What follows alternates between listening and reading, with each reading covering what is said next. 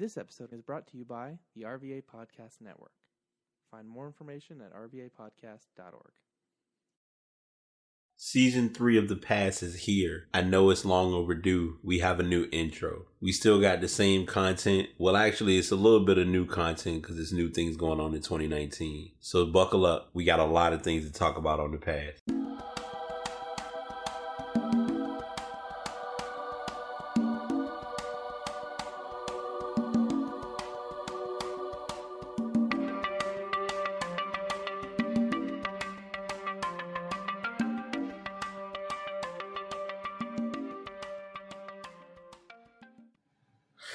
Episode 265 of The Past is here.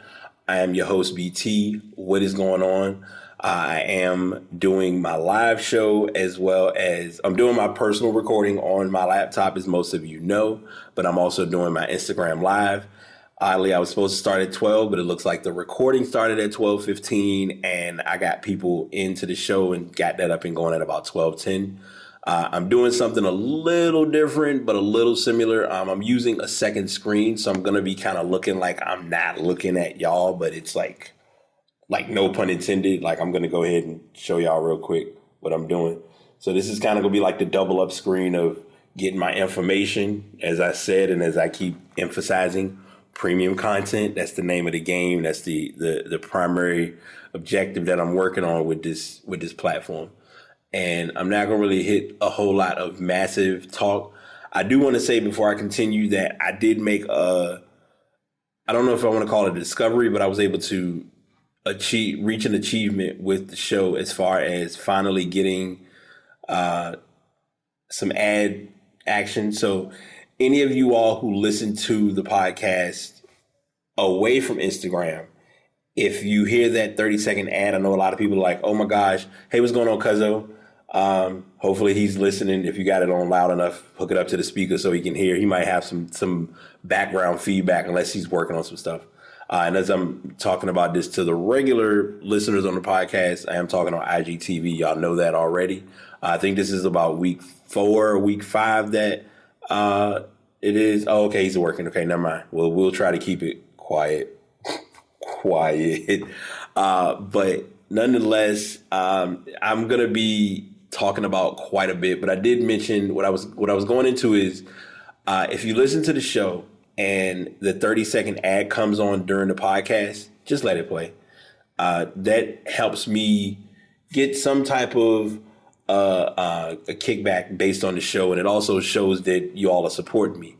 If you don't feel like that shit thing and it's something that you can do, just or let it play and just mute that part of the podcast and then come back in. Because literally for about a minute, if you listen to the shows repeatedly, the first minute, maybe minute and a half, you're not going to really miss much. Obviously, right now, you're not missing much if you listen because I'm running my mouth for like 2.5 minutes into the actual show.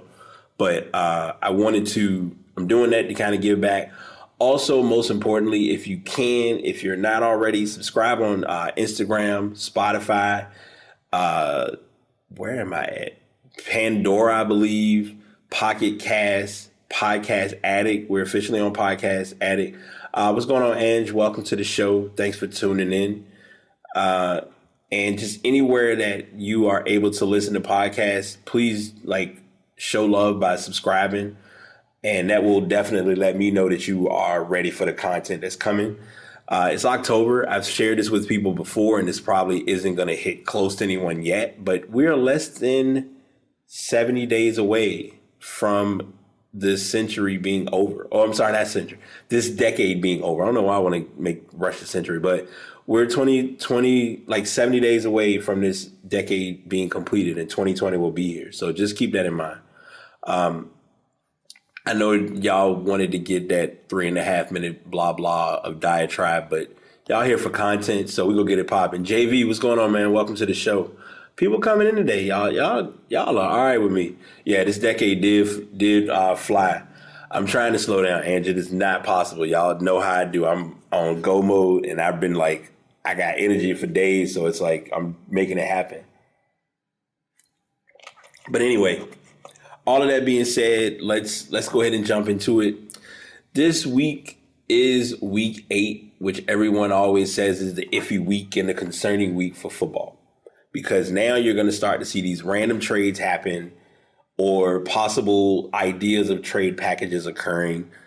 Teams trying to get players off of their books for contract purposes, for salary cap purposes in the NFL. And as I always present it as, and it's just what it is, it's a business. So you have to accept that for what it's worth. Last week I was 8-5. My overall record, I am at 61.9%. I like just giving that number. I don't have the overall sitting up here. I'm going to try to start keeping that in the show notes that I have, because I am using, if any of you are looking to get into note taking or kind of like a organizational hierarchy or outline, I would personally recommend Workflowy as a good source. That's what I've been using, and it is the best thing ever. Like, I've used it for quite a while, and it's been a good move. So that's what we got for that. Spinning into our sports talk, we're going to get our football picks out of the way. And I want to make sure I get my list because I don't want to skip anything. And we'll just kind of run through the list. And hopefully I do better. Like, I'm getting better with these each week. Thankfully, I haven't had a week where I've been under 500. So that's helped out a little bit. But, sometimes that's why they call it any given Sunday. First up, Seahawks at Falcons. Unless something weird happens, the Falcons haven't shown me anything yet. Until their defense shows up, I'm not rolling with them, but picking the Seahawks for that one. Cardinals at Saints could be a possible game of the week, but it's the Saints, and Bridgewater's been playing pretty good, so I'm picking Saints for that one, if I can learn how to type. Chargers at Bears. This is going to be kind of an odd push because both teams aren't really in their best or their worst place in playing, but I'm going to pick the Bears since it is in Chicago. Jets at Jaguars. Jets just came off of a nasty loss to New England, and the Jaguars are kind of hitting their stride even without Jalen Ramsey. So I'm going to go ahead and pick the Jaguars for that game. Giants at Lions. Both teams are kind of trash right now. I'm going to honestly pick the Giants for this one on the road, and that's kind of the best explanation I have. Bucks at Titans.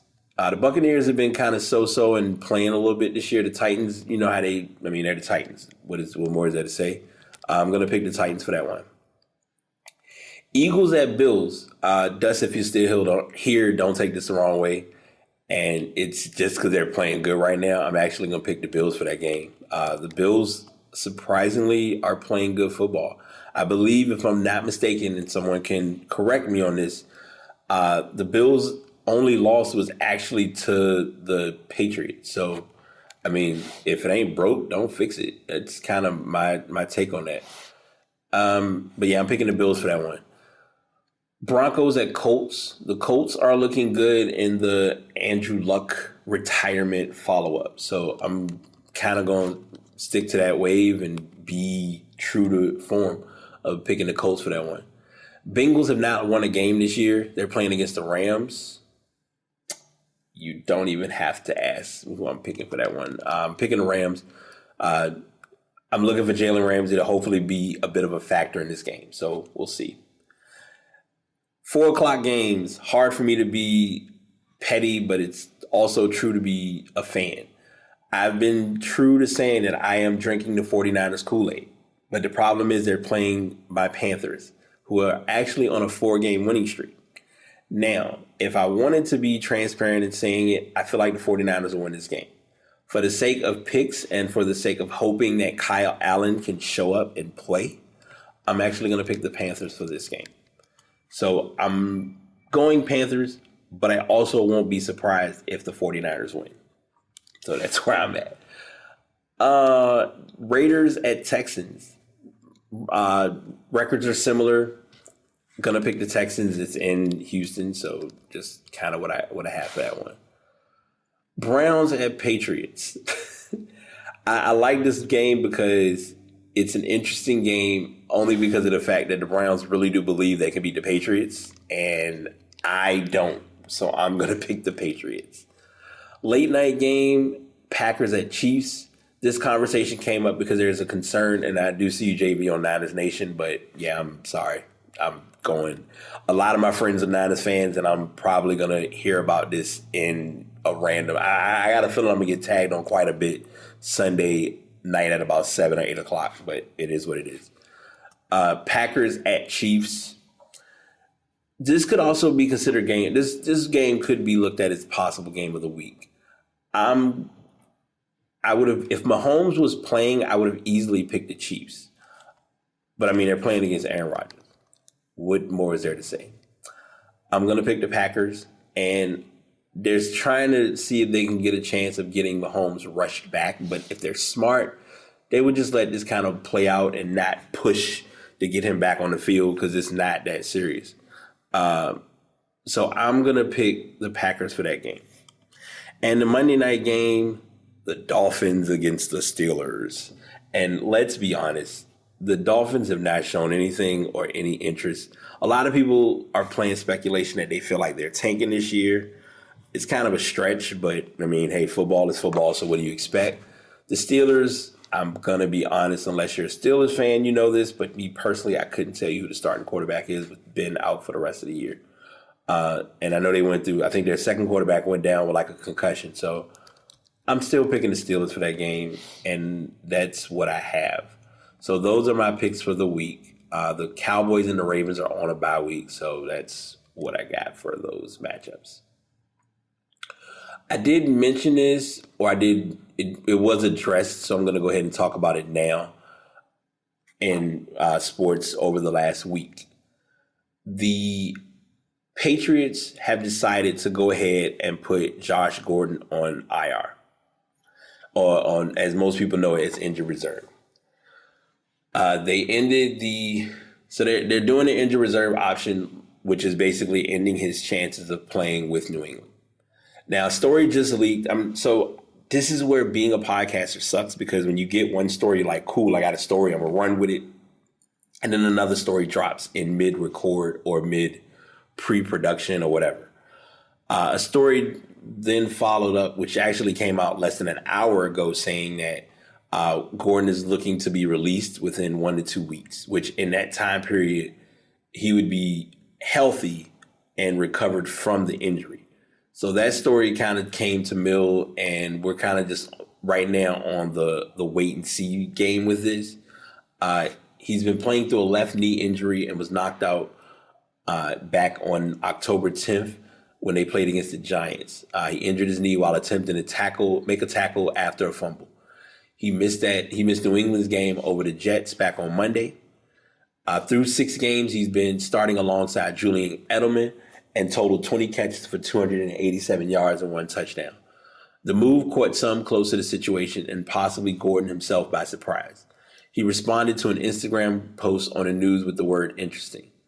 Although Gordon's season with the Patriots is over, he could play for another team.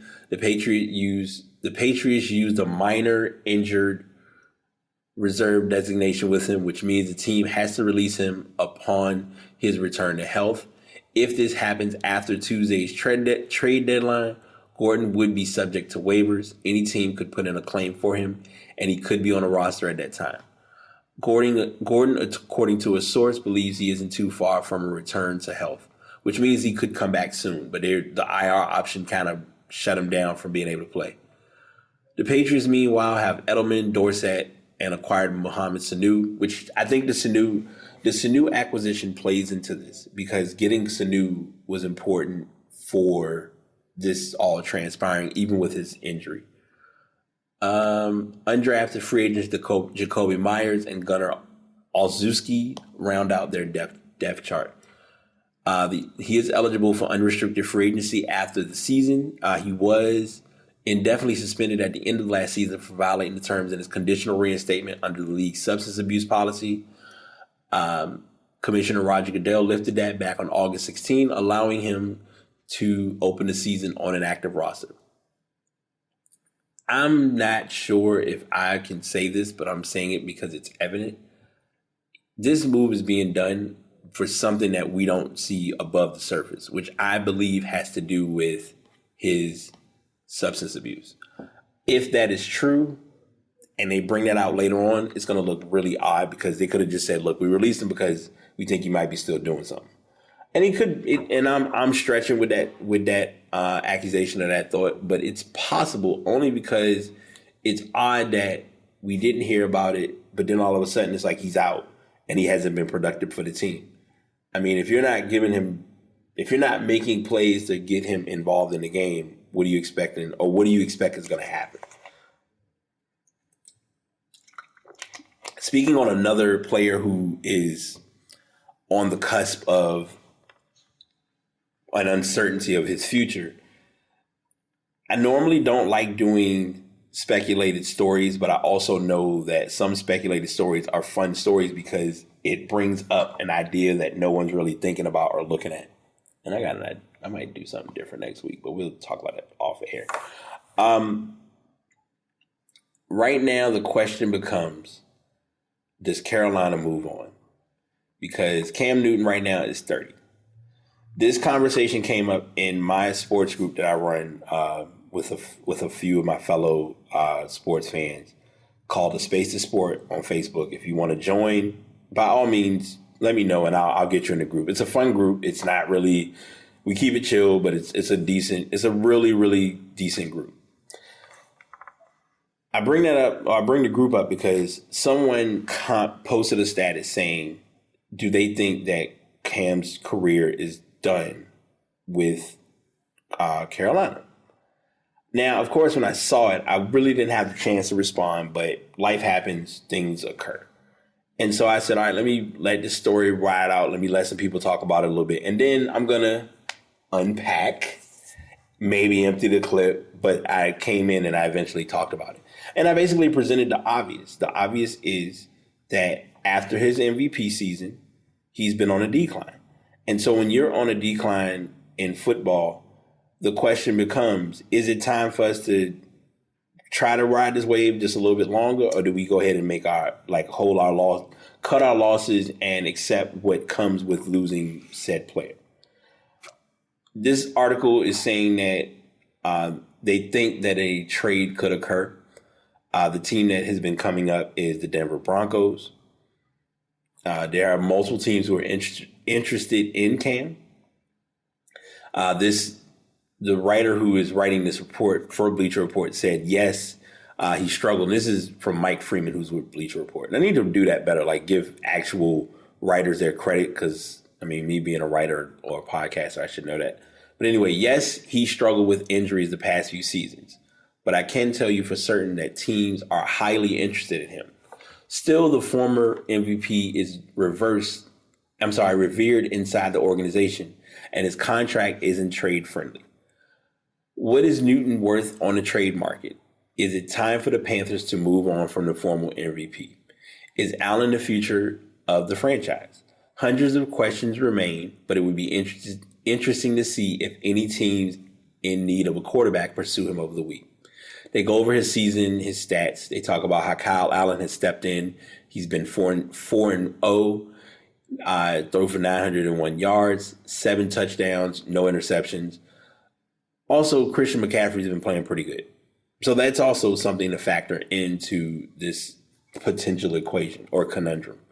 While Newton has been largely out of public eye since playing week 2, Newton has been around and present for the Panthers throughout his recovery, which, as Allen himself attests to, is a large part of why the Panthers have managed to win 4 straight games and rise back up to contention in NFC. They go over Cam's history, his career, things of that sort, and what's kind of changed and all of that jazz. So I'm going to hit the big question here because it's what I'm expected to do, and I'm going to give as best of an answer as I can. What is Newton worth on the trade market? I won't say a first-round pick. I would say maybe a second or third-round pick and possibly some players on a team that can help him build to get to that next level. Is it time for the Panthers to move on from the former NFL MVP? Yes, but I don't know if it's going to be this season. The problem with trading him and the problem with letting him go, and the article said this, and I even brought this up, he has 1 year still remaining on his contract. with Carolina. So if you take this deal on, you're taking the contract as well. Is Allen the future of the franchise? No. Christian McCaffrey is the future of the franchise. Right now, like Christian McCaffrey's rookie year, we really didn't see the running. This year, CMC is coming into his own form, and he's making it clear that he's a valuable asset. Like I personally look at it as the wide receiver options are what they are. Greg Olsen is decent at tight end, but he's not really as big of a factor. Father Time is creeping up. And so with those factors coming into play, that puts the team where they are with the lineup they have. And that's kind of leading to McCaffrey being the guy and Allen just kind of landing in as a quarterback and doing the job that he needs to do, which is be present, throw the ball, make key plays. In football, and I know people don't like hearing this, but it's important to look at. No one cares if you're making the home run. People are more concerned that you make the smart play. And sometimes the smart play is the best play to make. And that's just what it is. So that's kind of my overall look or talk related to Cam. If Cam was to be let go, it would be fine with me only because Cam's a good quarterback, but Father Time and just his health is not in the best place. Like he hasn't, there are very few quarterbacks in the NFL that remain consistently healthy. They play through injuries. That's most sports anyway. But with Cam's case, it's been the shoulder injury, everything that's come up over the last few years. It's been evident. Like, all right, man, you got to sit down. It's time to relax. So that's what I have with that story. Before I get into the actual World Series, I am going to talk about, we can kind of do this as a rollback and then lead into our story. So the Houston Astros were playing the New York Yankees to see who would be winning to get into the World Series. Whoever won that series would go on to play the Washington Nationals. The last game that they played, CC Sabathia played, and Father Time got him on out of here because it was time. And, you just kind of got to accept it for what it's worth. Because I need to see it. It's probably in the article, and I may have skipped it. But Sabathia is not young. So it was time. Like, we're at a stage in baseball when it's like, he's 39 years old. CC Sabathia is 39 years old, still pitching. And, he's had a heck of a career as a pitcher. He had a couple of attempts pitching and, hitting, which was always fun. But as far as his pitching career, it was time to retire. But, you got to play through it as best as you can. Between them getting knocked out of contention for the World Series or for the pennant, as well as just his body saying, look, it is what it is. But he did suffer what was considered as a career-ending injury. And oddly enough, he said he's all right about it, which, that's expected. So I'm not surprised whatsoever. After CC Sabathia had induced the pop-up, as he turned and located the ball, he grimaced in pain and his left shoulder dropped. As soon as he had released the pitch, a cutter to the Houston Astros, Aledmys Diaz, Sabathia had his shoulder go with it. But this was the 8th inning in Game 4 of the ALCS. And the New York Yankees were trailing. Sabathia shook his shoulder, took the mound, and threw 3 pitches to George Springer. Sabathia later acknowledged he couldn't even look up to see where he was throwing the ball. He was just letting it go, and whatever happened, happened. After the 3rd pitch, an 89-mile-per-hour cutter, Sabathia adjusted his shoulder again, more subtly this time, but now the Yankees trainer came running onto the field, followed by manager Aaron Boone. The trainer grabbed Sabathia around the waist, and they spoke for a few moments. Sabathia stretched his left arm and asked if he could try throwing a warm-up pitch, and they obliged. As Sabathia walked back to the mound, fans rose to their feet, sensing the gravity of the moment. Sabathia threw 1 pitch, low and outside, and immediately walked off the field. The trainer's arm wrapped around his waist. Back in February, Sabathia had announced he'd retire after the season, and now the end had arrived. The crowd gave him a standing O, and some Astros, including Springer and Garrett Cole, joined in. CC and I even kind of laughed about it a little bit, like kind of in a weird way, kind of a perfect way to go out. He's been the ultimate teammate, competitor, and gamer. He left everything on the field, left everything he had on the mound. This was stated by Aaron Boone. Sabathia's injury, which is a partial dislocation of the shoulder joint, cast a pall over the Yankees, who lost Game 4 and fell behind in the series 3-1. But he may serve as inspiration now. During Friday's Game 5, which the Yankees won 4-1, they showed Sabathia on the Jumbotron in the 6th inning, along with a message thanking him, and he received loud cheers. Earlier in the afternoon, Sabathia had met with reporters, his left arm in a sling, to discuss the way he went out and look back on his illustrious career. And they go on to get more information just about how he ended it all out, breaking it down. I'll give his stats, and then we'll kind of chop it up about CC for a second. Sabathia, 39, leaves as one of the best pitchers of his generation and a potential Hall of Famer. He finishes with 251 wins, a .609 winning percentage, 3,093 strikeouts, and a 3.74 ERA, or earned run average. He won a Cy Young Award, made 6 All-Star appearances, and won the 2009 World Series with the Yankees.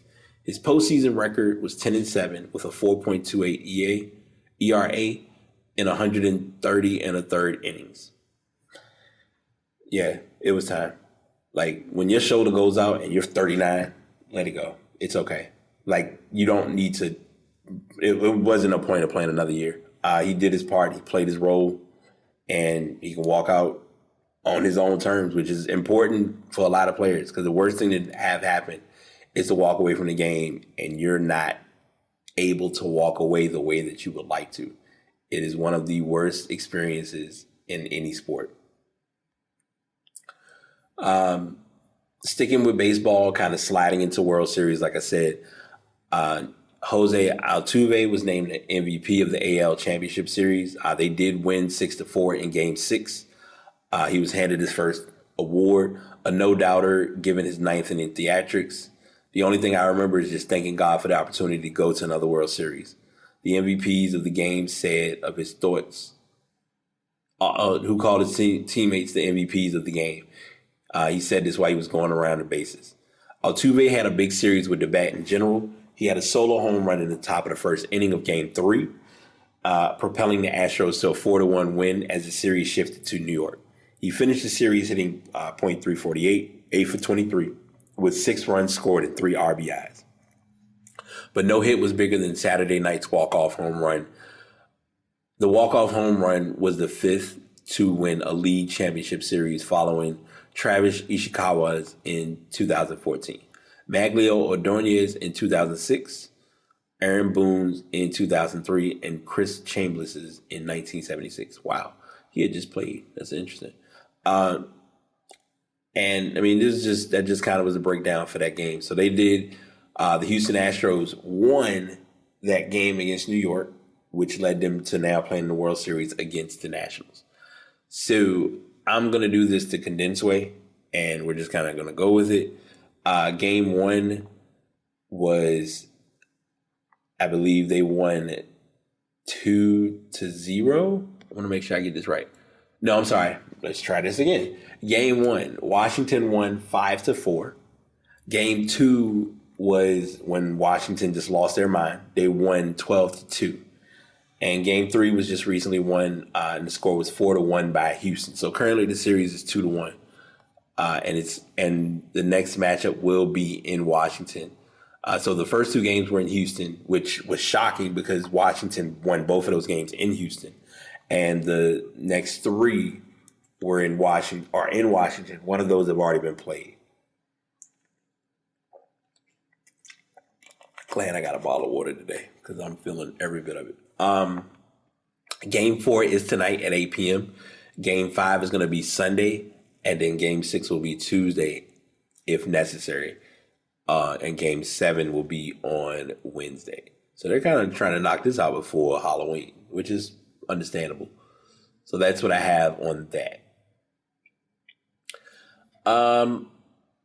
Before I jump into the sports stories of the NBA, I'm going to go ahead and talk about, kind of give you a little bit of an update on what's been going on with the NBA, what's been new, because I know we haven't really kept up with anything for a minute. So let's go ahead and, talk about it and see what has happened.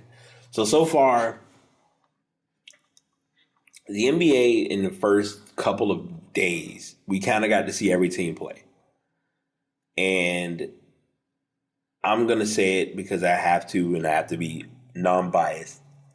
I didn't see Milwaukee play I almost said Milwaukee play Milwaukee. I didn't see Milwaukee play against Houston. But from what I was able to hear and understand, it looked as though Houston is going to be working on chemistry early on, which is understandable. But also, Giannis looks like he's ready. Like, he's coming off this MVP year. Like, that wasn't a fluke. I'm here to play. I want y'all to know what time it is. It was an interesting scenario because that was probably one of the few times that you would see 3 MVPs on the court at the same time. Like, literally all of them won the MVP within the last 3 years. That tells a lot in a game. I don't know. And somebody, if I was a betting man, I guarantee you someone found that stat and shared it. But that was going on. Kawhi looks very comfortable. And I know people are like, well, I mean, what do you mean by comfortable? Kawhi is very, very relaxed in how he plays basketball. I'll just say it like that. I've watched him evolve as a player from when he was in San Antonio. Like, the year in Toronto, no one's going to say it, but the year in Toronto was just, I needed to get out of San Antonio. And that was the only way I could do it. So he went to Toronto and just happened to win a championship. I don't think they expected Toronto to win a championship, especially with it being their first year winning a championship. Along with the fact that you had one of the best scorers in the NBA by DeMar DeRozan on that team. And they still couldn't get over the hump of beating Cleveland or Miami. And it's even worse because this occurs the first year that LeBron leaves the East Coast. I think about this to this day, and I don't know if it's valid to say it, but we may as well just call a spade a spade. If LeBron is still in the Eastern Conference, do we still say that Toronto's winning the championship last year? Just a hypothetical, just something that I'm kind of just throwing an idea out about, but it's important to look at. And I'm not saying that Toronto wasn't a good team. I mean, even like Kyle Lowry came out and played, but I know we're harping on the past, but I'm just talking about that as a general statement. But all of that being said, Kawhi looks good. He's playing pretty good basketball without Paul George. Anthony Davis and LeBron is going to be a great 1-2 combo. Harden and Westbrook, that's going to work. It's going to take time, like anything, chemistry, all that type of stuff. Chris Paul is so far kind of coming into his own with OKC. They did lose yesterday to Washington. But, I mean, overall, he's going to be able to do his part and play pretty good basketball. Markelle Fultz can shoot. It's been confirmed, both Markelle Fultz as well as Lonzo Ball. Lonzo Ball has worked on his form. Watching both of them actually shoot the ball was very, very appealing, to say the least. Because we kept noticing that everything was around, this unorthodox shot. How is it going to work? This, that, and the third. When in reality, I mean, they just kind of made it work for what it was meant to work for. And so that you have that story coming to fruition, and it's time. So those are like kind of the heavy hitting stories. it's shocking because even with everything that has occurred, there really isn't a lot basketball-wise that I'm going to share other than when this story broke and I just couldn't resist. Oh, and we're going to see a new form of Trae Young this year. I'm claiming it now because Trae Young just looks like he's playing with a chip on his shoulder. I don't know if the Rookie of the Year snub like got to him or what happened, but you can tell that it lit a fire on him, which is fine. I mean, that's what it's supposed to do. That's the purpose of those type of awards being given out. But speaking of Rookie of the Year options, Luka Doncic got his 9th triple-double, which, hey, if anybody did or didn't expect it, here we are, and it occurred. But it's interesting because we're talking about guys who are Rookies of the Year coming into their second year, and one of those second-year players, DeAndre Ayton, has been suspended for 25 games due to the NBAPA's anti-drug policy. He was tested positive for a diuretic. The NBPA plans to file arbitration papers immediately on behalf of Ayton, believing that there will be a case to have the penalty reduced or rescinded based on the collective bargaining agreement provision of unintentional investigation. Diuretics are banned because they can mask performance-enhancing drug use. Sources with knowledge of Ayton's testing told ESPN that follow-up testing on him showed no traces of any other banned substances. The NBPA has the ability to expedite 2 cases a year with the league, and sources say it's likely the union will use one of them on Ayton to try to get him back on the court as soon as possible. The timing is terrible for the Suns, who beat Sacramento on opening night behind his 18 points, 11 boards, and 4 blocks. He would lose $2.17 million over the 25-game suspension. He did issue a statement saying he wants to apologize to his family the organization, his teammates, partners, and fans of the community. It was an unintentional mistake, and he is putting it. He put something in his body that he was completely unaware of. I do understand the unfortunate impact that this has on so many others, and for that, I am deeply sorry. I'm extremely disappointed that I've let my team down. He's going to work with the NBPA to go through arbitration and hopefully get a positive resolution. The team then issued a statement, and there was more information regarding it. I hope this isn't true, but let me say that. Let me rephrase that. I hope they're able to get the suspension reduced. If they can, great. If they can't, all you can do is try and just kind of see what happens. So that's what I have for that. I thought this guy would go away, and we did pretty good because we didn't talk about him for a while. But since it's conversation and since it's something to bring up, we're going to go ahead and talk about our good old buddy, LeVar Ball. LeVar Ball always finds a way to make the news, by the way. Didn't mean to drink that water like my life depended on it, but I am thirsty. He is looking to launch a new Big Baller Brand website after the dispute with Alan Foster. He's going to be restructuring Big Baller Brand and reveal a new site in the aftermath of his legal dispute with his former business partner, Alan Foster. The website will be bigballerbrandinc.com and include new branding. LeVar Ball has put a great team of seasoned industry professionals in place to move the brand forward with exciting new products along with signature shoes and sportswear under the Ball name. Unfortunately, Alan Foster continues to try and leverage the Ball family name for his own gain.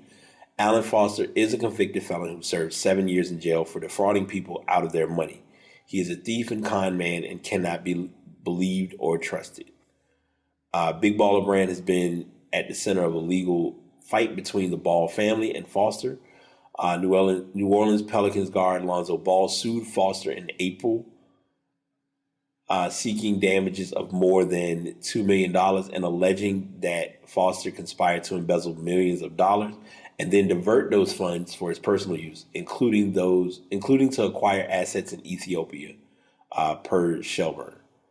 In March, Balls said Foster had used his access to my business and personal finances to enrich himself. As a result, I've decided to sever all ties with Allen immediately. And that was written with Shelburne and Paul Levine. Excuse me. I didn't mention this, but I want to get into this too before I forget.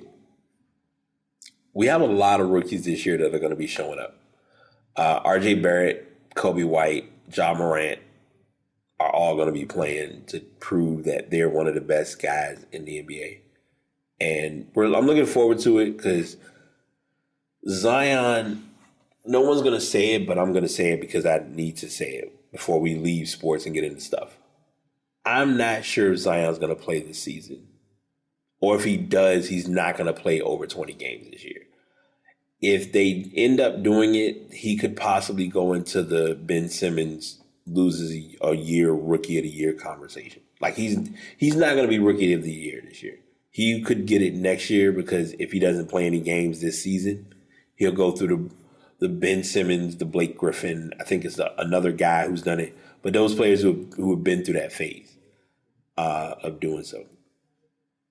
So we'll keep an eye on Big Baller Brand and see what happens. I'm not pressed too much on it. The younger brother they did just recently have a matchup where he played against RJ Hampton, who's one of the other big names that went overseas. Got to see them go at it. It looked like a typical basketball game, but it wasn't. There were scouts there who were looking at checking him out. RJ Hampton hasn't been mentioned as a high pick, but I wouldn't be surprised if he's a lottery pick if he goes into the draft next year. And no one's really technically confirmed that Lonzo's going to the NBA next year because they haven't really made a mention of what he's planning on doing yet. So we need to keep that in mind. So that's everything I have for sports. And that was 41 minutes of like chaos. And I knew it was going to be long, so that's why I was like, I wanted to get all of that out of the way before I forget because a lot has occurred in that category. Now we're going to get into the stuff. And stuff-wise, a lot of things have happened. So the first, and it's interesting because literally one story led me over to another story. A few days ago, a friend of mine sent me a text. Matter of fact, one of my friends who was in my IG TV or Instagram live chat mentioned this in saying that, hey, you know that Spotify is doing a promo for the Echo. They're kind of doing it as if you have a Spotify membership or are getting set up for Spotify and you're paying, you're able to get the Google Home Mini, which I'm going to get into that story in a minute because I want to make sure that people who have or are signing up for it understand the details of what and how that works. But them doing this move was actually started by another business, and actually both businesses kind of did one to the other. So what we're going to do, since I have the articles listed, and I'm going to make sure they're done correctly, is we're going to talk about them in the order they were shared. Spotify did this first, and we'll talk about their option, and then Amazon came in with their counter offer, a counterattack. So Spotify is giving premium subscribers a free Google Home Mini. Now, before I read the article, there is a speaker that recently just released by Google Home or by the Google family called the Nest Mini. You're not getting the Nest Mini, you're getting the Home Mini. They both are still the same price, but the Home Mini is the version that came out, I believe, either last year or the year before. So it's kind of almost like equivalent to you getting the original Amazon Echo Dot, which it's going to be a little different, but we'll talk about all that in just a bit. If you're a Spotify premium subscriber, Spotify is offering you a Google Home Mini for free now through November the 15th or until supplies run out. Before you try to jump on this offer, note that the deal is for the previous generation of Google's smallest smart speaker, not the newly released Nest Mini. And some circumstances will rule you out from the promotion. But if you qualify, it's a great way to get a $50 speaker as part of your monthly Spotify subscription. Here's how you claim it. And there's someone else who went through the process and explained their process. And I'll explain mine of it a little bit. First, you would visit the website. There's a website that they send you to specifically. If you aren't already a Spotify premium member, you'll be promoted to sign up. If you are, just log into your Spotify account. Once you're logged in, just click to select if you have an individual or family plan. You'll have reserved your Google Home Mini, assuming there's still supplies left, and if you qualify for the offer. You'll then get an email confirming your reservation. Once your reservation is ready, and for the person who did it, it took about 30 minutes or a little over 30 minutes, you'll get another email. The email will link you to Google's online store where you can get your new Google Home Mini with a discount code applied to make it free. Not every Spotify premium member is eligible for the promotion. Now, let me read this part because this is going to be what makes or breaks it for a lot of people. Now, I'm recording this on Saturday. This article was written on the 22nd. So if you have or have not gotten this set up, you would want to do so as soon as possible. We looked through the terms and conditions and found some circumstances that will rule you out of the free smart speaker. Users with free trials aren't eligible, which means you can't just sign up for a free premium trial and snag a free Google Home Mini. Discounted Spotify premium trials won't work either. You are also not eligible if you have a premium student plan. If you got a free Google Home Mini last year through Spotify's promotion for premium family plan account owners, it seems you won't be able to get another one through this promotion as found by Business Insider. But for many Spotify premium users, this should be a good deal. And don't worry if you've already taken advantage of free Hulu as part of a Spotify premium subscription.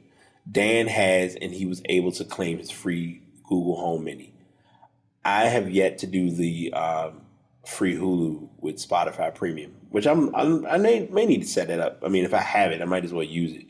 And it's interesting because I just recently, because I saw my account today and I was like, ooh, I got hit with the, they got the hit for Spotify. It came out and I was like, oh, they got me.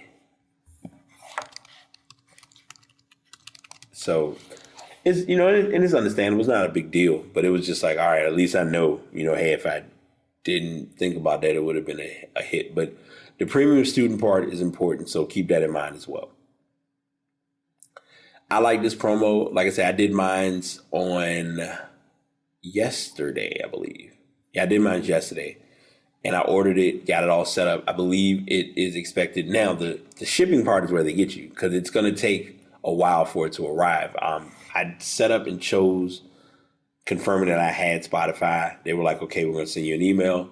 The email might have arrived to me within 5 minutes, probably less than that. And when I got the email, I went ahead and set everything up. And boom, they send you to the Google page. You see the price. When you add it to your cart, they already put the promo code within and they send it off. I sent regular mail, and I believe it arrives between November 27th and December the 3rd. So if I'm looking at a calendar mentally, I believe that's like around Thanksgiving, if not sooner. Because they got to give all these time and get that all batched up and sent out. They may send it earlier, who knows?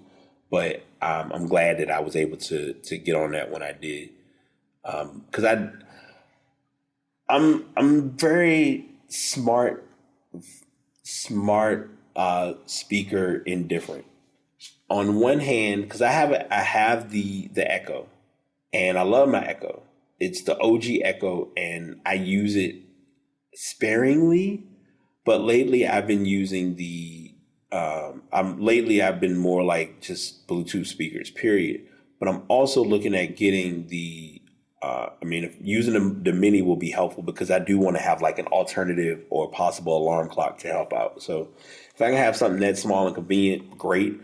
Also, I'm looking at the factor of if I can travel with it, that's even more of a perk. So something else that I thought about as well with that feature or that option. So when Google made this announcement, Amazon said, okay, we will raise you one better. And they provided the Echo Dot for 99 cents with their Amazon Music Unlimited subscription. Now, I want to make sure, because I don't know if anyone has this. I wonder if Amazon Music includes Jay-Z, because that's the deterring factor of Spotify, is that Jay-Z's not affiliated with them because he's only with Tidal. So I'm guessing Amazon was left off of that too. So are you getting the same playlist? The same music selection? And also, I'm going to be honest, there are two things for Spotify that does it for me.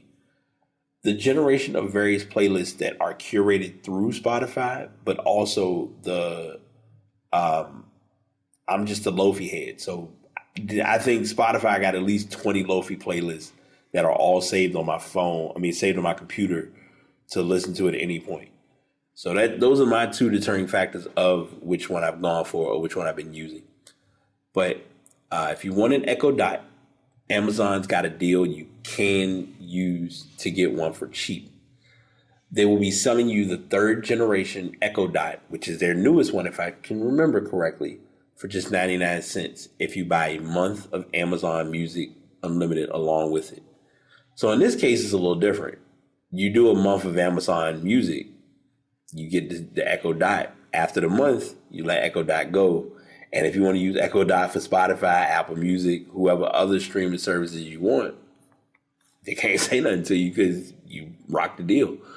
The whole deal will cost you $8.78, which is $7.99 for a month of Amazon Music Unlimited and 99 cents for the Echo Dot.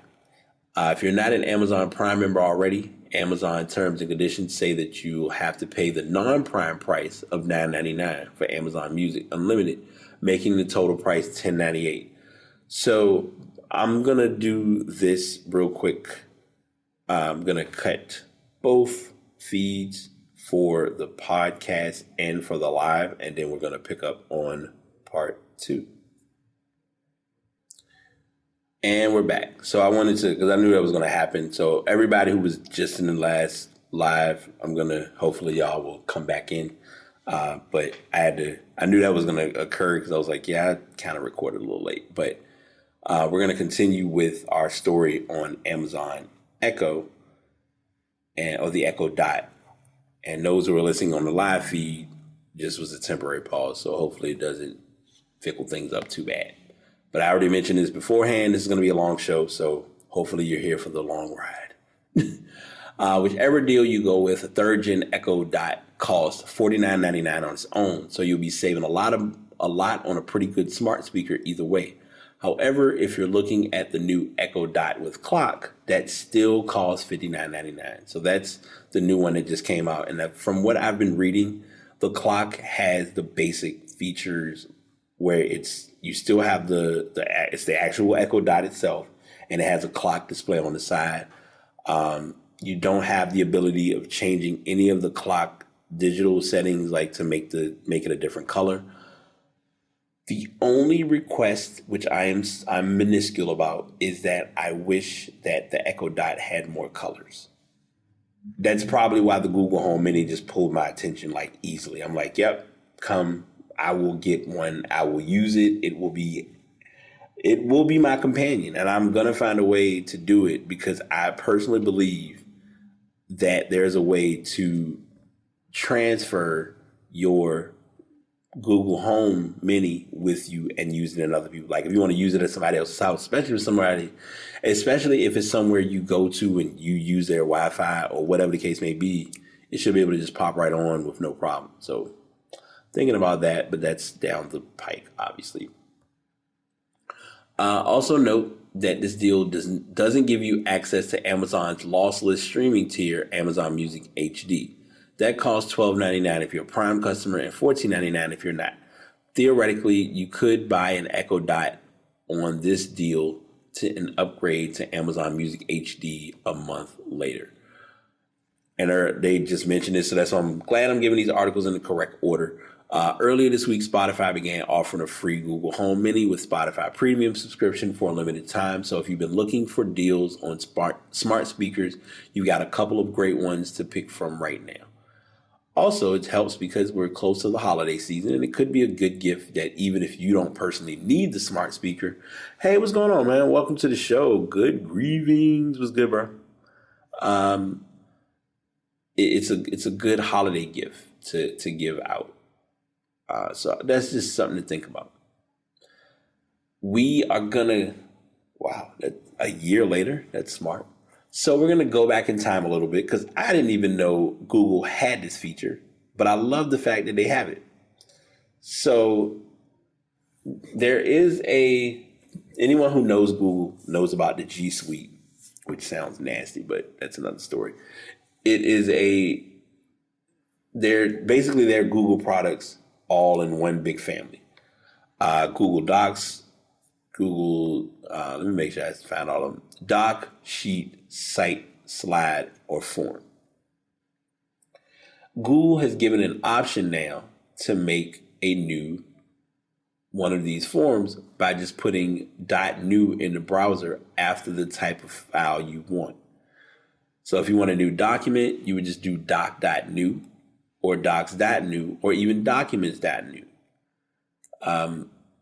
For sheets, sheets.new, sheet.new, or spreadsheet.new. Now, I'm going to save this tab for my own personal use because I do a lot of documents on the fly anyway for the podcast, and it's just helpful to have because you never know.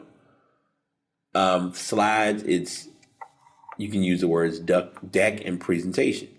The shortcut is very easy to remember and could save you a lot of time in the future. Like when you need to come up with a presentation in 5 minutes and forgot that you need to send your professor that assignment as a Google Doc. Now, this article was written in October of last year.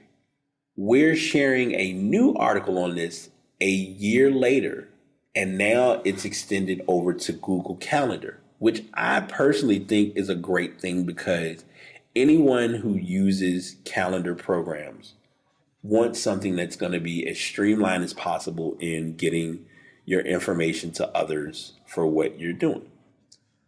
So Google has continued the innovative wave where it allows for quick event creation for various accounts. And they literally did it a year later, which I thought was just coincidental because this article dropped on the 25th and the other article was on the 26th of last year. Around the same time last year, Google introduced shortcuts that gave you a way to create a new doc, sheet, slide, site, or form in just a few seconds.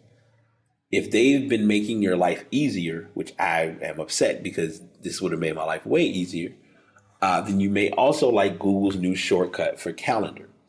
Now you can add new calendar simply by typing cal.new or meeting.new on your browser's address bar.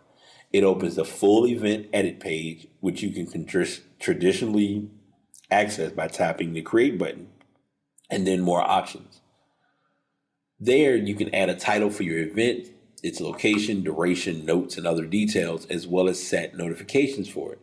Here's where it gets more useful. If you have to add events to more than one account, you can easily do so without having to switch profiles first. Just type cal.new or meeting.new and add a number at the end. Typing in cal.new/1, for instance, will let you create an event for the first account you're logged into, while cal.new/2 will save the event in your second account, and so on and so forth. So this is actually good for me because I have 3 Google accounts on my through my Google email that I usually access, or through my browser that I'm normally looking at. This helps because it will then place the focus on, if I want to put this in my personal calendar, it's going to go to the personal calendar, and I don't have to go through hoops and loops to put it in the correct calendar. So I think this is a great feature to have available. As 9 to 5 Google notes, the tech giant introduced the ability to create files in multiple accounts using shortcuts back in July. It makes sense that the latest edition has the ability from the get-go. I love it. I'm not complaining about this one. This is one that I am going to definitely be in tune with and prepared for, because I like convenience. Anyone that knows me will always know that I am the fan of convenience. Guilty as charged. So that's what I have on that. We're almost in the home stretch, and like I said, I knew this show was going to hit an hour because there was so many things that happened, and I don't want to leave anything behind. But it was definitely a packed week. Before we get to our asses of the week, because we have 5, and one of them is an honorable. I guess we do. You know what? We'll make the first one an honorable mention, but we'll get to him in a sec. We're going to talk about music, and first and foremost, that is where the title came from. No, I'm not making the album cover the title of the image for the podcast, because that's just not going to happen. But I listened to Kanye's album, Jesus is King. My friend had a conversation with me yesterday, and I'm glad that I can have these type of conversations, period, because it makes it clear. It gives people a better understanding of who you are and why you do things the way you do them. For me, a lot of people don't consume music the way I do, and I'm okay with that. Yesterday, and I'm going to be clear, I'll say this in the podcast, and I'll even say this through Instagram Live. If anybody felt shunned or didn't get much attention from me because of my music moment or how I am about music, my bad. I'm one of those people who, there are different ways to consume music. I've said this on the show before, but I'm giving this as a refresher. There are those who listen to music in the car. I can listen to music in the car, but it's tough because I'm not going to enjoy the song because I'm not really listening to it with the right ear, if you want to say that. There are those who listen to music on the go, as far as like they're wearing AirPods, or they could be wearing Beats Studios, Beats Solos, Beats Pros, whatever, or any type of Bluetooth headphones. You're listening to music in that regard. Headphones or earphones. You have speaker guys or gals, guilty as charged. My friend wanted to have a Kanye music sesh, listening to it last night. And I did, but I also was kind of like needing rest.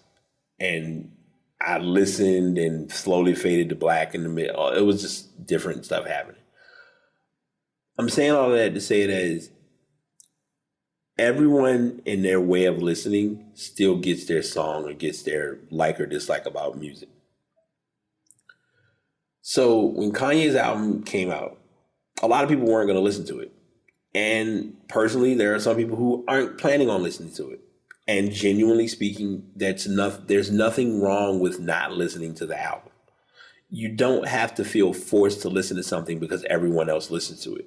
And that's something that is missed or skipped a lot through music. But those who really get and understand the musical algorithm or the musical vibes, they get it. So for me, I'm not tripping for people who are like, oh, I'm not listening to Kanye's album. Okay. Not going to expect you to, along with the fact that I'm not going to shove it down your throat like you have to listen to it, because if it's not for you, it's no need in forcing it to be for you, if that's a good way to term that. So his album released. I gave it a spin. The initial spin when I listened to it, I was at work. So I really didn't get to listen. And I was listening to it with AirPods, with one AirPod on and still being active and listening and talking to other people. So I didn't really get it and enjoy it and savor it at that time. However, I got home, I hooked up my JBL Extreme, turned on Bluetooth, had no quiet storm, quiet home, let it play. And I actually think it's a pretty good album. Now, I'm not one to say that it's like his best album, his best work. I can tell that he's in a different direction, but it's like now it's an odd way of accepting him because lately he's just kind of in his own space with music or with just him. So that regard of it, I get it as far as people's perspectives of listening to Kanye. Because some people, when they're listening to things, like when they listen to Kanye, it's turned into, I want the old Kanye back. That's just like when, and I've even said this on, like I was having this conversation with somebody a couple weeks ago or last week. T.I. has a podcast. I don't expect T.I. to be who T.I. was when he was making T.I. versus Tip in a podcast. Like he's grown. He's an adult now. I mean, he was an adult then, but he's matured. So I'm expecting him to mature with his music. Kanye's maturity is weird because Kanye is all over the place and there's no stable perspective on Kanye as a human being. And that's just my opinion on that. What's going on, Red Owl? Welcome to the show. Appreciate you tuning in. So that's my take on Kanye's album or listen. If you want to listen to it, you can. We're in digital era, so it's not like you have to be put in a position to listen to it. Like if somebody was in my car and I played it, it ain't like they go sit down there and take my phone and throw it out the car because they're not a Kanye fan. That's just my take on it. But if it's not your speed, I get that too. And I don't knock those who aren't the biggest Kanye fans. I just want to get that out there because that's where we're still kind of in that music consumption lesson class or whatever. Selena Gomez has a new album. Haven't listened to it yet. Ariana Grande and Lizzo have a new song together, Good as Hell. I started to listen to it, but didn't really finish it up. So I wanted to be sure that I correct this before this gets uploaded and I sound like an idiot. That was not Ariana Grande in the collab. It's actually Azealia Banks. So I want to make sure that you all know that. Just want to add that into the show, and we're going to get right back to the show. Frank Ocean, I did hear his single, DHL. Pretty cool single for my listen. There were a lot of singles that came out. There were a lot of albums. There was a decent bit of releasing. So all of that occurred. Doja Cat brought out a single back on the 24th, which would be Thursday, called Rules. I saw the video for it. I'm more inclined to just a song. Some songs you don't need a video, and this is one of those examples. But I like Rules if you haven't checked that out. I don't know if I already talked about him yet, but Russ and Bia have a song that I've just fallen in love with. And I think it's called Best on Earth. If you haven't listened to that, give it a spin. That's one that I've been like hanging on to for a while. And that's kind of been the music section. I know, like I said, I packed you all with the Kanye part first, but I wanted to make sure that I don't leave that off of the table because it's relevant to what we're hearing, a lot of people place these expectations, but they also have to realize like music is music. So you don't have to consume music the way music is given to you. You can either like it or you can hate it. And if you don't like it, that doesn't mean that someone should like chastise you or take you out and say it's the end of the world. And that's just how I feel about it. Now to our asses of the week. And I'm not going to rush through these, but I'm also going to have fun with it because it's just hilarious. This is the first time I think since doing Ass of the Week that I've had 5 people be Ass of the Week. Some of them are funny, some of them are random, but it's cool because it's just showing me where we are in life. The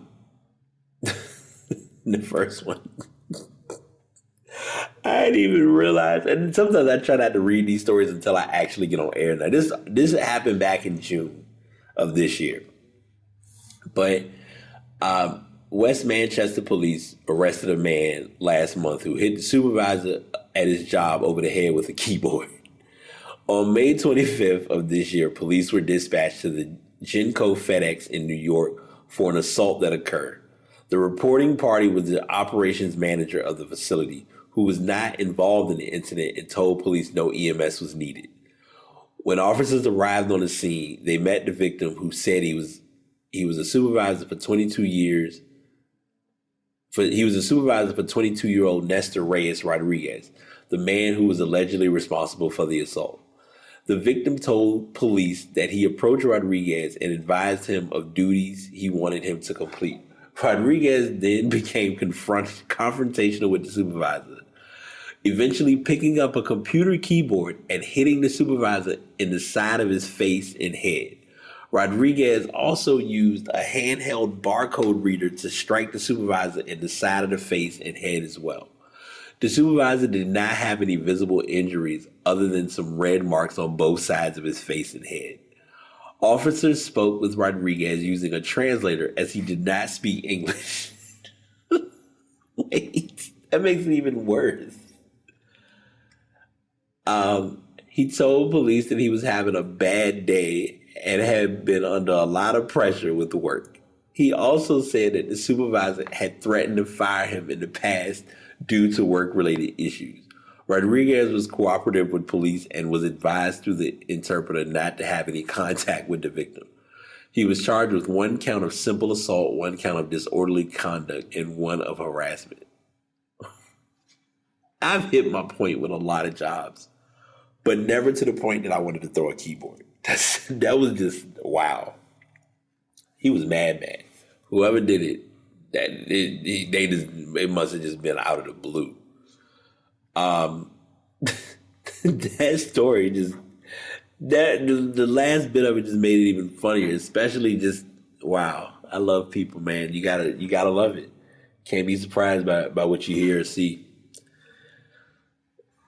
And it's even more relevant in this story in Tennessee. A man was arrested in Tennessee for meth possession, threatening officers with a knife. The person's name was Tupac Shakur. And they're white. Tupac A. Shakur, who despite the name is not to be confused with the long dead rap legend, was arrested this weekend after allegedly threatening police with a knife. Johnson City police officers responded to a call about the 40-year-old Shakur, who had active warrants for his arrest from another department, according to a news release. When officers arrived at the scene, they reported seeing Shakur leaving a car. Police tracked the vehicle and eventually attempted to arrest Shakur, but he twisted away and reached for his waistband, according to cops. Shakur then allegedly turned toward officers with a knife in his hand before cops were able to wrestle him to the ground. After a brief struggle, officers took Shakur into custody, the news release stated. Police said they also found a syringe and multiple baggies of methamphetamine on Shakur. He was charged with aggravated assault, resisting arrest, simple possession of meth, and unlawful drug paraphernalia. He was being held at the Washington County Detention Center on an $18,000 bond. And then it's so bad because they sit here and they say after the rapper's death. Shakur shares the same name and even middle initial as the late rapper who was gunned down in Las Vegas on September 13th, 1996 at age 25. The police news release repeatedly uses Tupac Shakur as the 40-year-old's official name, though it's unclear if he legally changed his name at some point or if, in what would be a remarkable coincidence, he happened to be given the name at birth, though that would have been years before the rapper rose to prominence. After the rapper's death, conspiracy theories arose claiming that Shakur was actually still alive. Really? Really? Just really? if we're not accepting things, we need to accept that he's no longer alive. But the fact that he has that name is just very coincidental. A third ass of the week is a referee. This one goes to the referees. Georgia Southern and Coastal Carolina had a game. They were going from how you go from third to fourth quarter. During the football game, the song Mo Bamba comes on. Now, anyone who knows hip hop knows Mo Bamba. And the song comes on, and out of nowhere, the fans the players on both teams are hyped. So they're doing their little dances like they're getting all excited. Welcome back, Ange. They're getting all excited during that part. The referees decided to give an unsportsmanlike conduct to the entire benches of both teams for dancing during this song. Georgia Southern plays a hype song over the loudspeakers before the start of the fourth quarter in every game. And on Saturday, Mo Bamba came on the loudspeakers as it has before. They threw 4 fingers up, signifying that the game was heading to the fourth quarter. Logical, makes sense. And started dancing and jumping around to the music in what the term calls bringing the juice. The Coastal Carolina players took exception to the dancing and started dancing around and started jumping and dancing around on their sideline. It wasn't even that it was a dance-off, as it was a way for players to puff their chests. So they were just kind of getting hype and getting into the moment. 3 players already were given unsportsmanlike conducts. They were ejected. If it weren't enough, the game went to triple overtime before Georgia Southern danced off with a 30-27 win. So the referees got ass of the week for that one. I couldn't even process the fact that happened. Up next, we have Brandon Taubman, who is the assistant GM for the Houston Astros. He was fired for admitting in a statement that his inappropriate comments about the acquisition of closer Roberto Osuna were directed at a group of female reporters. A report published earlier this week by Sports Illustrated, Stephanie Epstein, said that during the celebration in the Astros clubhouse after clinching the American League Championship Series on Saturday, Taubman turned to a group of female reporters, including one wearing a purple domestic violence awareness bracelet, and repeatedly yelled, "Thank God we got Osuna. I'm so effing glad we got Osuna." Last season, Osuna served a 75-game suspension for violating Major League's baseball domestic violence policy, stemming from an incident that happened while he was a member of the Toronto Blue Jays. Our initial investigation led us to believe that Brandon Taubman's inappropriate comments were not directed towards any interpreter.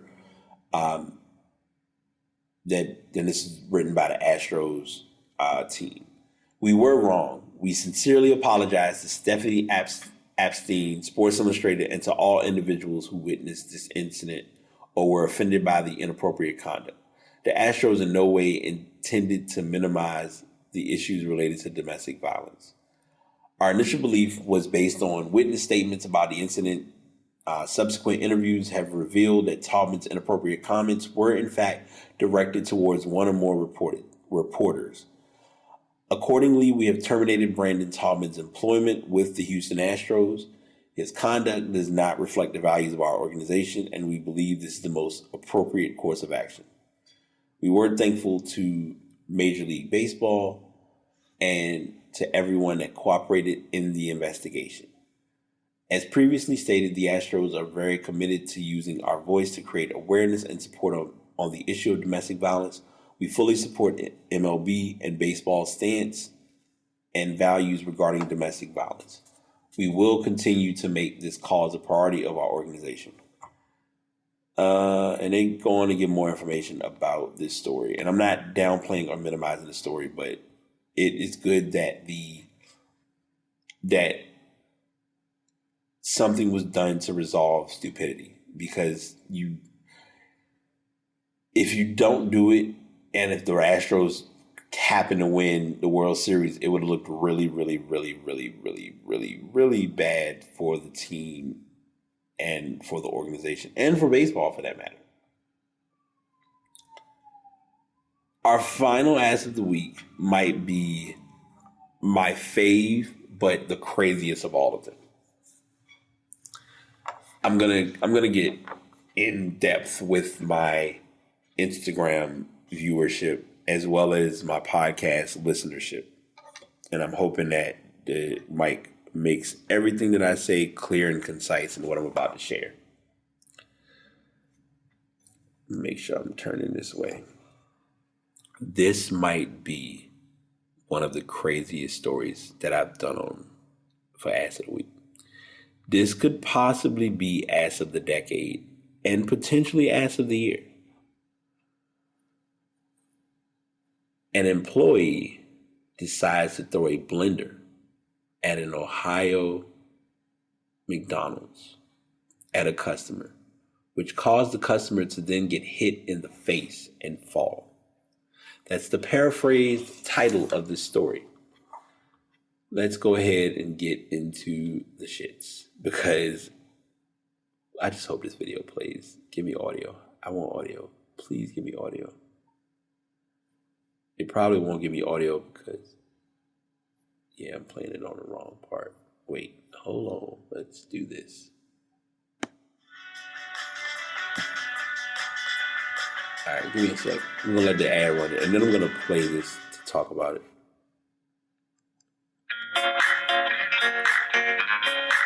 I need this to play. Hopefully y'all can hear it.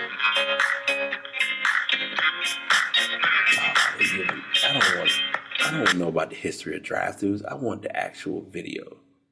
Here we go.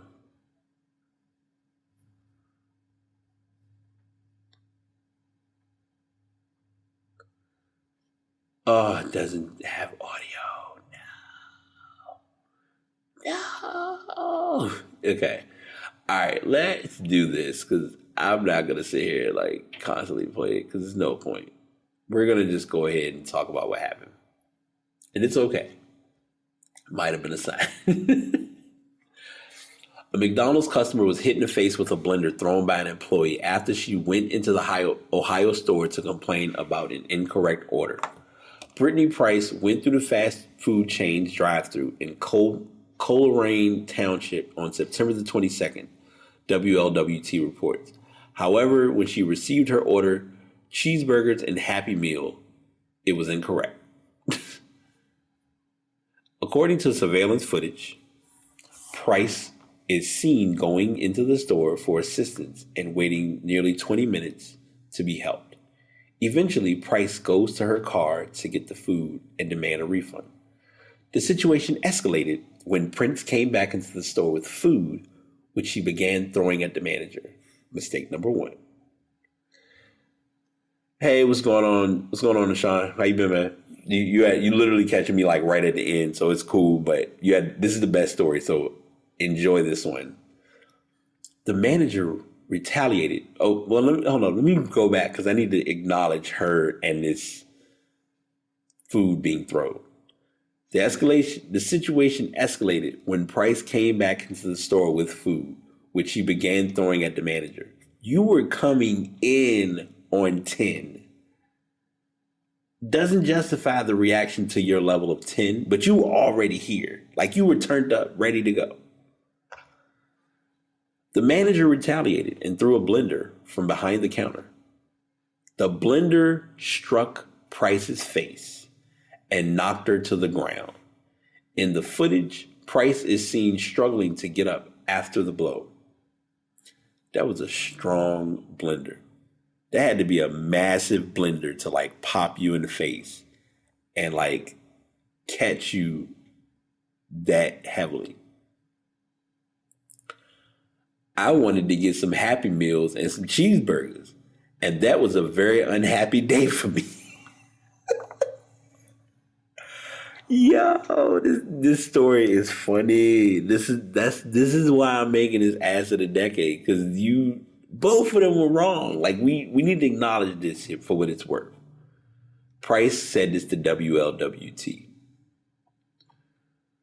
Price is now filing a civil lawsuit against McDonald's for the assault, which she said is forcing her to undergo surgery to repair the shattered cheekbone and broken nose she suffered.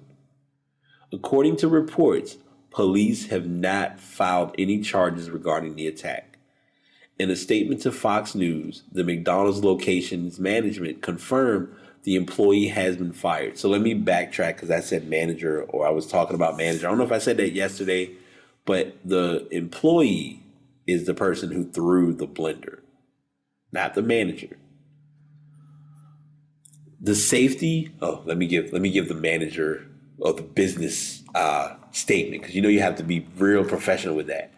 The safety and security of our customers and employees is of utmost importance to us. This behavior is not reflective of our values, and we can confirm this individual is no longer employed with our organization.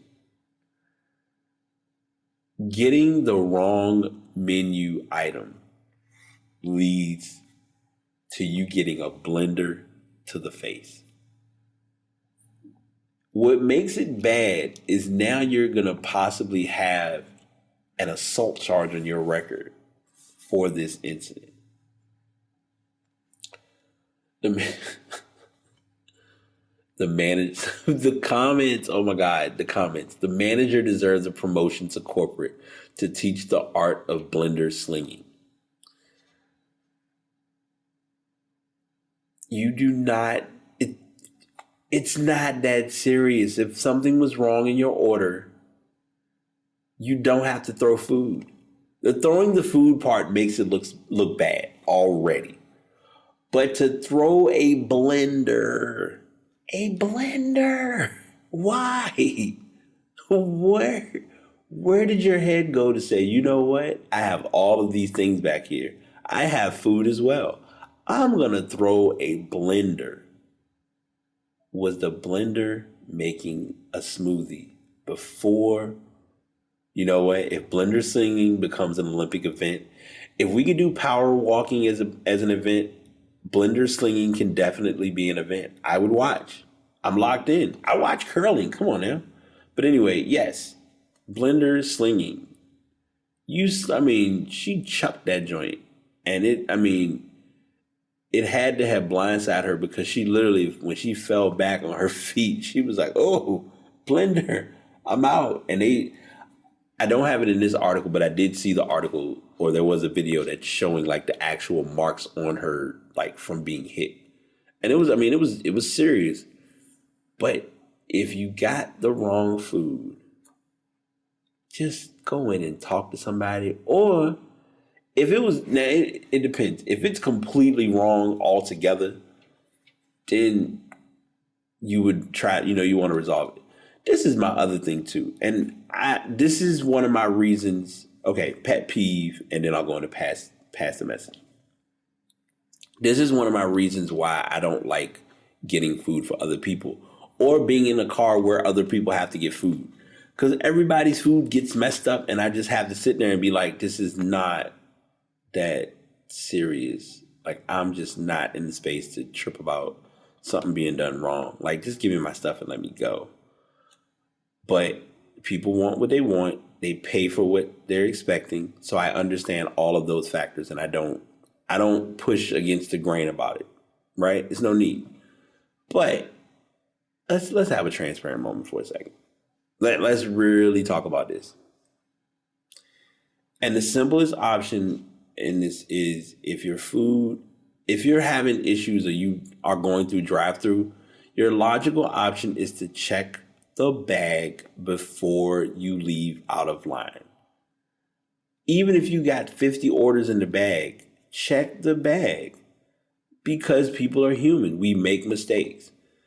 It's how you fix the mistake that causes the most problems. And that is the part that leads to a lot of these viral videos that just should never happen. This is now going to blend, no pun intended, blend perfectly into my pass the message. And I'm going to talk about this from school, but I'm also going to talk about it from life. Excuse me. Everything doesn't have a price. That's it. Some things are priceless. Life, priceless. Good friends, priceless. Being able to read crazy stories like this, priceless. And oh yeah, I intended it all the way. Not gonna lie. Certain things just have to be valued for what they are. And those things that are priceless need to gain their proper cred with the right state of mind. And I'm going to do something a little different for this one, because someone shared something and it kind of got my brain to really think of understanding how much we don't realize the importance of, the moments that are priceless in our lives. Oh, this is the other post. That wasn't the one. I like that one too, but it was another one that she posted that was just spot on. And I was just like, no, it's so true. Okay. So I'm not going to, I guess I can say the individual's name. A friend of mine, Mika, we went to high school together. She graduated a year or two before I did. She was having a conversation with her daughter. I'm going to say daughter. It's going to be daughter-mom reference, and then I'll wrap it up. Daughter, Ma, I just had an epiphany. Mom, what are your thoughts? Well, you know what? I can do mom and daughter voices. Ma, I just had an epiphany. What are your thoughts? When you have money, you have it all, but you have nothing. Dig deep. What do you mean? You can't buy things that don't cost. Happiness, love, friendships, relationships. And you end up alone with all that money. Oh, okay, you're right. Money can be seen as a fabric. Fabric. It's paper. Everyone wants the paper, the Benjamins. Only this type of fabric has dead presidents on it. Okay, go on. We chase it day in and day out, but the riches lie in what you can attain without having to pay for a single thing. All right, little thinker B, you may be onto something. And it was a message that I really needed to hear and really understand from a different point of view, because we really make money like it's important. Now, granted, we need money to pay bills. We need money to maintain our homes, our lives, go out to eat, get food from McDonald's, not get hit by blenders, all those things. But I'm saying all that being funny, but in all fairness, the reality is we don't take time to really look at how much the money portion of it, or the non-money portion of it, is where people are important. Hold on. I want to make sure I give credit where it's due. It's not realized or acknowledged enough how much we need to put things into perspective about how when life is over, the money is not what makes us. It's who we are without the money that really shows others how important we are in our own way. And that's something that I really had to kind of personally humble myself on, is realizing you take money away, I should still be the same person. And in most cases, I try to be. I'm not going to say I am, because I'm human. But a lot of people, it's a different vibe when money is or is not involved. And that's just something that I'm leaving as a message to share to everyone that's listening to this podcast or watching the podcast.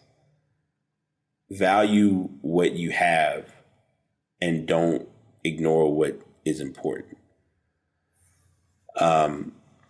And my friend just posted, and I'm a big Ecclesiastes guy, so this is even more interesting. For wisdom, this is from Ecclesiastes chapter 7, verse 12. For wisdom is a defense, and money is a defense. But the excellency of knowledge is that wisdom giveth life to them that have it. That's the perfect way to say what I would have said, but I'm all for it. And Christina, don't be joking on the part that I came in on, that you walk in on me doing the voices. Me doing voices is always fun if anyone has not learned that yet.